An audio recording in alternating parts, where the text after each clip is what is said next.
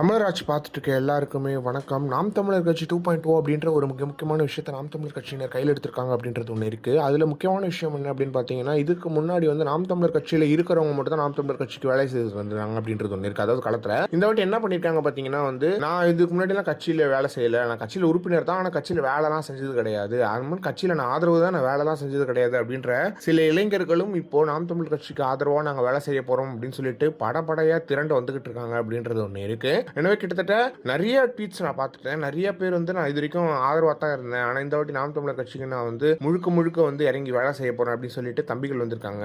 எப்பயுமே வந்து ஒரு கட்சி தோத்து போச்சு அப்படின்னா அவங்க கூட்டணி வைப்பாங்க. ஆனால் கூட்டணியெல்லாம் வேணாம், நாங்கள் இறங்கி வேலை செய்கிறோன்னு ஒரு தோல்வியிலிருந்து எழுந்து வர ஒரு கட்சியாக நாம் தமிழர் கட்சி இருக்கு அப்படின்றது ஒன்று இருக்கு. தோல்வியில் நிறைய பாடம் கற்றுக்க முடியும் அப்படின்றது ஒன்று இருக்கு. ஆனால் அரசியலில் இவ்வளோ சரியான அரசியலை கையில் எடுத்தோம், திரைக்கவர்ச்சி மூலமாக தோற்று போனாலும் ஆனாலும் நாங்கள் எங்கள் மக்களுக்காக நிற்போம் அப்படின்ற ஒரு சுயநலம் இல்லாத ஒரு அரசியல் இருக்கு இல்லையா, இதெல்லாம் வந்து ஒரு எல்லாருக்கும் சில வந்துடாது அப்படின்றது ஒன்று இருக்கு. எனவே நாம் தமிழர் கட்சியினர் அவ்வளோ அழகா அவ்வளோ ஒரு சுயநலமே இல்லாமல் இருக்காங்க அப்படின்றது ரொம்ப கிளியரா தெரியுது. மக்கள் தயவு செஞ்சு புரிஞ்சுக்கணும், இந்த மாதிரியான அரசியலை புரிஞ்சுக்கிட்டா தான் நம்ம எதிர்காலம் நல்லா இருக்கும் அப்படின்றது ஒன்று இருக்கு. சீமானவர்கள் சொல்ற அரசியல் ரொம்ப சரியான அரசியல், எதுவுமே இலவசம் கிடையாது. இந்த சேஞ்ச் இந்த மாற்றம்லாம் சொல்றாங்க இல்லையா, அதுக்கான சரியான மாற்றம் சீமானவர்கள் தான். ஃபண்டமெண்டல் சேஞ்ச், அரசியல் அடிப்படை மாற்றம் இருக்கு இல்லையா, அந்த அரசியல் அடிப்படை மாற்றம் தான் தமிழ்நாட்டில் தேவை.